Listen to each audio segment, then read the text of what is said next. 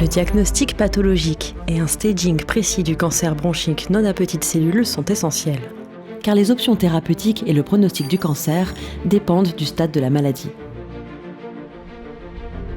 Environ 50% des patients avec un cancer du poumon présentent des métastases à distance, le plus fréquemment dans les os, le cerveau, le foie ou les glandes surrénales. Pour les patients atteints d'un cancer du poumon métastatique, le prélèvement histologique doit être réalisé au niveau de la lésion la plus tolérable et la plus accessible, dans le but de déterminer ou confirmer un diagnostic, le type histologique et le profil moléculaire pour déterminer l'éligibilité à un traitement spécifique.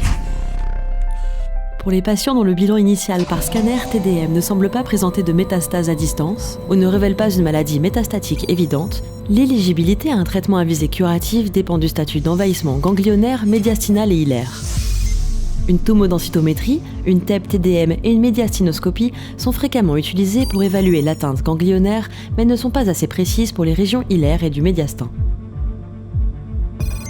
Une évaluation pathologique du médiastin et des régions hilaires par recueil d'échantillons est une technique plus précise et robuste pour identifier l'existence d'un cancer.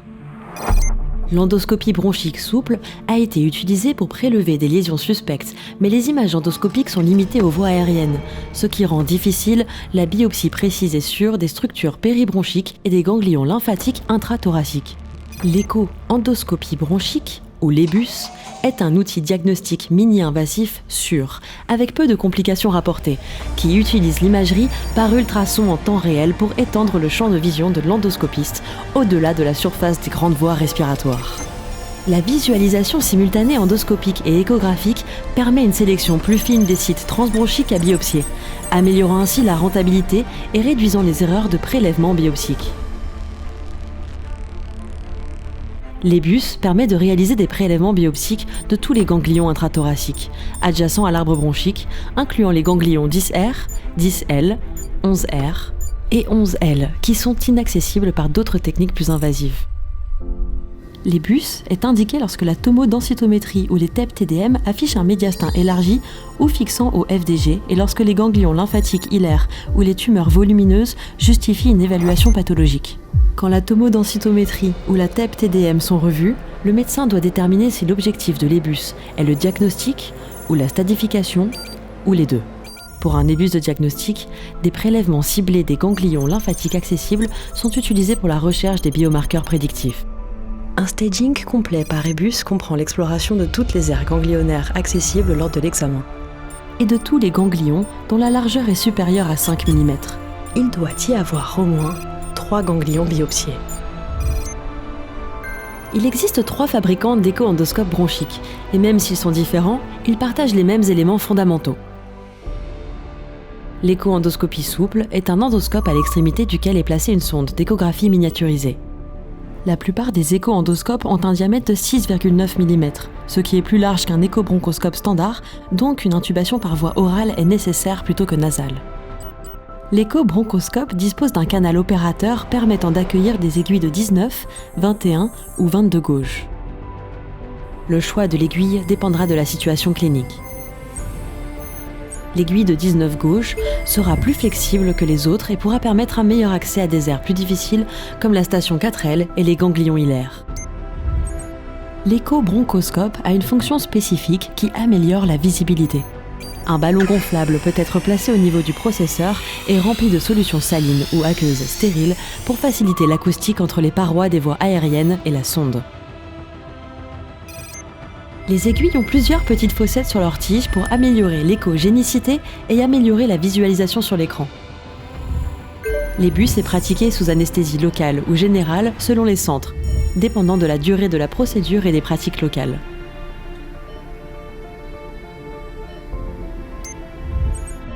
Un anesthésiant local est administré pour réduire la toux et l'inconfort. Une attention particulière doit être accordée pour assurer une anesthésie adaptée des cordes vocales et des voies respiratoires par pulvérisation d'un anesthésique local dans le canal de travail de l'écho-bronchoscope. Une fois que le patient est confortable, l'écho-bronchoscope est placé par la bouche et dans la trachée. Cela peut se faire face au patient ou en se plaçant derrière la tête du patient. Des précautions sont nécessaires lors de l'intubation de la trachée. Souvent, seul l'apex antérieur des cordes vocales est visible lorsque l'endoscope pénètre dans l'espace sous-glottique. Lorsque l'écho-bronchoscope s'approche des cordes, rappelez-vous que la pointe de l'endoscope EBUS se trouve en dessous de la caméra. Par conséquent, lors de la traversée des cordes vocales, l'endoscope doit être fléchi pour permettre à la pointe de passer au-dessus des aryténoïdes et dans la trachée supérieure. Une fois que l'écho-bronchoscope est entré dans les voies aériennes, les lésions ciblées peuvent être localisées. Pour un ébus de stadification, les ganglions N3 contralatéraux à la tumeur primitive doivent être examinés en premier, suivi des ganglions N2, puis N1, afin d'éviter un upstaging lié à l'utilisation d'une même aiguille tout au long de l'examen. Lorsque l'écho-endoscope est positionné au niveau du site à examiner, il est plié afin de toucher les parois des voies aériennes et en même temps tourné de chaque côté pour obtenir l'image du ganglion ciblé. Gonfler le ballon avec une solution saline à l'extrémité peut être nécessaire pour maintenir un bon contact entre la sonde et la paroi et ainsi optimiser la qualité des images. L'apparition de ganglions lymphatiques à l'échographie peut être un indicateur de malignité. Des adénopathies de forme arrondie, avec des contours distincts, une hétérogénéité interne ou ayant perdu leur île sont des caractéristiques en faveur de malignité. Néanmoins, les ganglions doivent être biopsiés en fonction de leur taille, car l'évolution pathologique est plus précise. Pour éviter la ponction involontaire des vaisseaux entre la paroi des bronches et la lésion, utilisez l'échographie pour identifier les zones plus échogènes, qui sont susceptibles d'être des ganglions lymphatiques plutôt que des vaisseaux sanguins. L'examen Doppler-couleur peut être utilisé pour différencier les tissus des structures vasculaires. Si la ponction est hautement vascularisée, il est recommandé de changer l'endroit de la ponction ganglionnaire. Cela diminue le risque de saignement qui peut entraîner une contamination de l'échantillon et un blocage de l'aiguille. Lorsque l'écho-bronchoscope est correctement positionné en regard du site à biopsier, l'opérateur insère l'aiguille avec son stylet dans le canal opérateur de l'appareil. L'aiguille doit rester dans la gaine lors du passage dans le canal opérateur afin d'éviter d'endommager l'écho-bronchoscope. Un élément clé de la sécurité de cette procédure est de s'assurer que la gaine est à l'extérieur de l'écho-bronchoscope avant que les échantillons ne soient prélevés. Guidée par l'imagerie ultrasonique en temps réel, l'aiguille est insérée à travers la paroi des voies respiratoires et dans la lésion. Une fois le ganglion lymphatique ou la tumeur ponctionnée, déplacez le stylet qui est présent dans l'aiguille au moment de l'insertion pour nettoyer les tissus qui peuvent s'être accumulés en traversant la paroi des voies aériennes. Ensuite, retirez le stylet. Le prélèvement d'échantillons est effectué en déplaçant l'aiguille dans la lésion cible, pendant que l'aspiration est appliquée via une seringue fixée à l'extrémité proximale de l'aiguille. Lors du prélèvement d'un échantillon, l'aiguille doit être déplacée d'avant en arrière pendant 20 à 30 secondes ou 10 à 15 fois. La quantité d'aspiration dépend du type de ganglion. Par exemple, les ganglions solides peuvent donner peu de matériel et augmenter la quantité aspirée peut aider à améliorer le rendement diagnostique. L'aspiration doit être arrêtée avant que l'aiguille ne soit rétractée dans la gaine et verrouillée. Ensuite, l'aiguille et la gaine sont retirées de l'écho-bronchoscope. Le nombre d'aspirations par site peut impacter le rendement et de 3 à 7 aspirations peuvent être nécessaires selon les différentes études. Mais le premier passage a le rendement le plus élevé.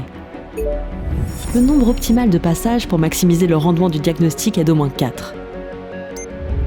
Tout de suite après le retrait de l'aiguille, il peut être nécessaire de bouger l'écho-bronchoscope, d'activer une autre aspiration pour enlever le sang libéré par la biopsie et l'empêcher de migrer dans les voies aériennes.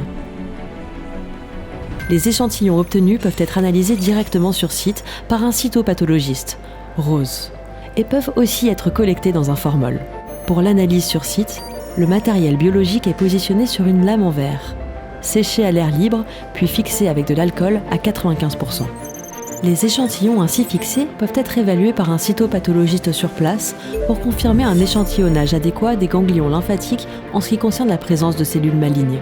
Et, dans un nombre important de cas, un diagnostic préliminaire peut être posé.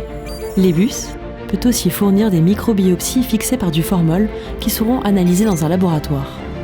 Ces échantillons sont centrifugés pour obtenir un culot cellulaire qui sera utilisé pour d'autres analyses telles que l'histologie.